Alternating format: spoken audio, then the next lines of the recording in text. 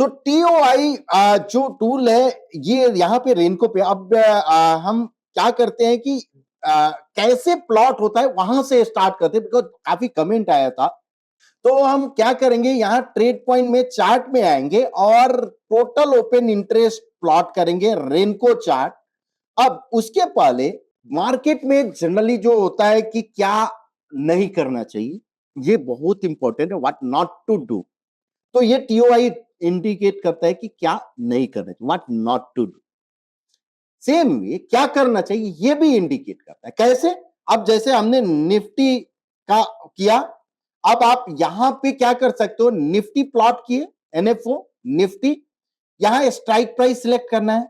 उसके बाद जो भी एटीएम रहेगा, तो उस समय का अगर आपको याद होगा 22,200 का, तो 22,200 हमने प्लॉट किया। स्ट्राइक डिफरेंस 50 आप रखो, सिक्स सिंबल का मतलब क्या हुआ कि जहां 22,200 आप एटीएम उस समय था, तो उसके ऊपर 6 स्ट्राइक प्राइस और उसके नीचे 6 स्ट्राइक प्राइस, तो 6 कॉल और पुट दोनों, नीचे का भी 6 कॉल और पुट दोनों, तो एटीएम और ओटीएम सब आ जाता है, प्लस 2 जो एटीएम रहता है उसका।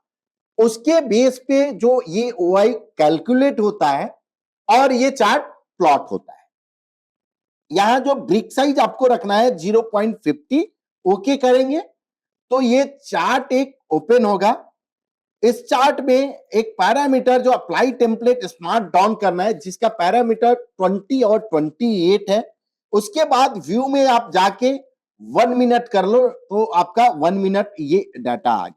ऐसे ओआई जो चार्ट होता है एवरी 3 मिनट पे आता है, बट 1 मिनट आप इसमें प्लॉट करके रखो, कोई इशू नहीं। तो मॉर्निंग में ये क्या हिंट दिया, अब पहले मॉर्निंग से पहले हम आते हैं कि इसको कैसे आपको ट्रेड अपॉर्चुनिटी आपको देखना है। ये अपर बैंड हुआ आपको, ये लोअर बैंड हुआ। सो अपर बैंड को अगर ब्रेक करता है तो आपको बुलिश अपॉर्चुनिटी देखना है, यानी ये ब्रेक हो गया रेनको का।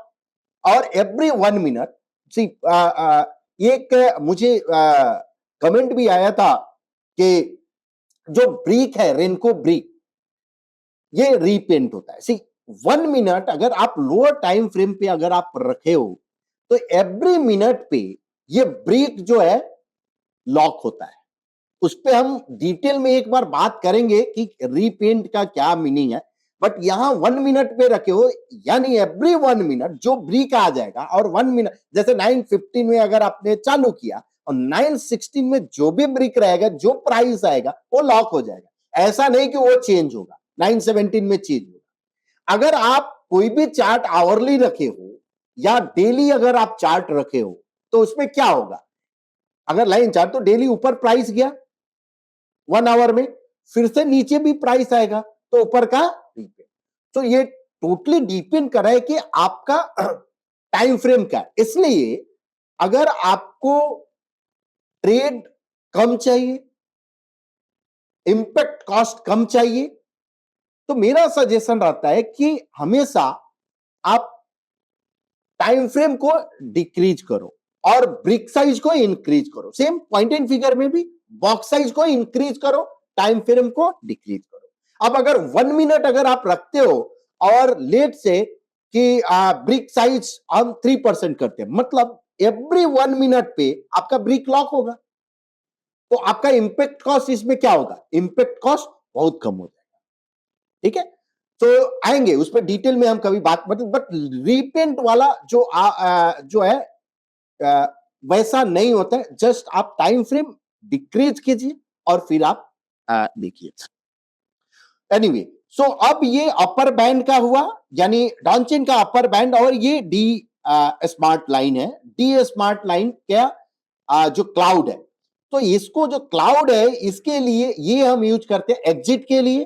अपर बैंड को जो हम यूज करते हैं एंट्री के लिए, लोअर बैंड के लिए एंट्री के लिए। ठीक है, अब अपर बैंड अगर ब्रेक करता है ब्रेक, इसका मतलब क्या है कि बुलिश अपॉर्चुनिटी आपको देखना चाहिए। लोअर बैंड को अगर ब्रेक करता है, इसका मतलब क्या है कि ये बेरिश हिंट दे रहा है, मतलब upper band bullish hint, lower band bearish hint. ये क्लियर। अब 9:15 में जब मार्केट ओपन हुआ तो क्या इंडिकेट किया? क्या अपर बैंड को टेस्ट कर रहा है? नहीं कर रहा है। तो ये इंडिकेशन था कि एटलीस्ट आप लॉन्ग में नहीं बने।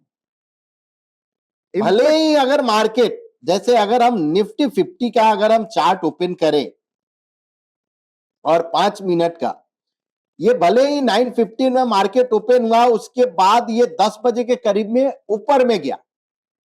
दोनों थोड़ा पैरेलल हम रखते हैं तो आपको और क्लैरिटी आएगा। 10:50, 10:50, लेकिन अपर बैंड को इसने ब्रेक नहीं किया हुआ। इसका मतलब क्या है? लॉन्ग नहीं करना है। हाँ, ये एक शॉर्ट का जरूर हिंट दिया। अब जैसे ये आपका आया यानी मिडिल बैंड के, ये जो मिडिल बैंड यानी क्लाउड के ऊपर गया तो हम शॉर्ट कट करेंगे। फिर से एंट्री ऑलमोस्ट 10:40 में, जो कि 10:40 के करीब में एंट्री हुआ। 10:40 का जो कैंडल यानी यहां पे अगर आप देखोगे तो सॉर्ट ऑफ 10:14 का कैंडल ये था, जो कि 22,190 के करीब था इसका कैंडल। उसके बाद ये टीओआई एक एक हम जा रहे हैं। कंटिन्यूअस अपर बैंड को ब्रेक किया है? नहीं किया है। ये लोअर बैंड को ही जा रहा है। तो आपको कुछ नहीं करना है, आपको कंटिन्यू बने रहना है। कब तक? जैसे ये इसने हिंट कब दिया, यानी 125 के करीब में, कि अब अगर आपका कोई शॉर्ट पोजीशन है तो थोड़ा उस पे देख लो, इधर एग्जिट हो जाओ, wait for the next signal. तो 1.25 के करीब में मतलब कहां पे आपका हुआ? इवन ये नहीं, 125, यस, ये आपका यहां पे इंडिकेट किया कि अब आप बाहर चले जाओ, यानी 22,000 पे, जो आपने 22,200 पे शॉर्ट किया था 190, वहां से ऑलमोस्ट 200 पॉइंट।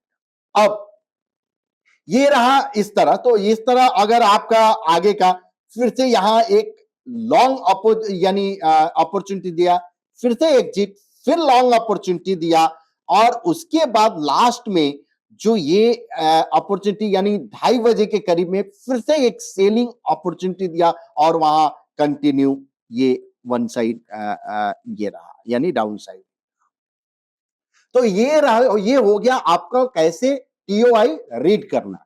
अब अगर आप ऑप्शन की बात करें तो ऑप्शन का आपको अगर जैसे 22,200 का, तो यहां निफ्टी में हम जाएंगे इम्पैक्ट और एनएफओ।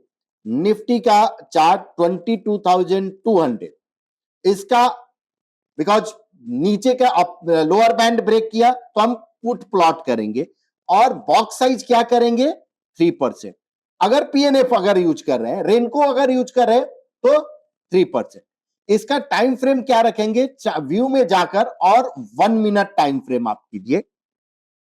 उसके बाद अगर आपको टोटल ब्रेकआउट मिलता है, एंकर फॉलो थ्रू मिलता है, या कोई मेजर पैटर्न, तो आप एंट्री ले सकते हो। तो आपको प्राइस पैटर्न पे आना है। तो ये भी हम ऑप्शन में कैसे करेंगे, ये भी हम आपको हिंट देते और इंडिकेट करें। तो 3% break size, 1 minute time frame, turtle breakout. अगर आप रेनको पे बात करते हैं, कर रहे होंगे, तो इवन एंकर ब्रेकआउट, या इवन सिंपल यानी स्विंग ब्रेकआउट भी अबव मस्ट क्लाउड, ये भी आप यूज कर सकते हैं। तो ये रहा टीओआई का डिटेल एक्सप्लेनेशन, बिकॉज काफी आया था। और हाँ, एक और, ये अभी करंटली जो अवेलेबल है रेनको चार्ट का टीओआई, ट्रेड पॉइंट में ही अवेलेबल है, वेब में अवेलेबल नहीं है। और अगर लाइन चार्ट अगर आपको देखना है तो ऑप्स्ट्रा में भी अवेलेबल है, ट्रेड पॉइंट डेस्कटॉप में भी अवेलेबल।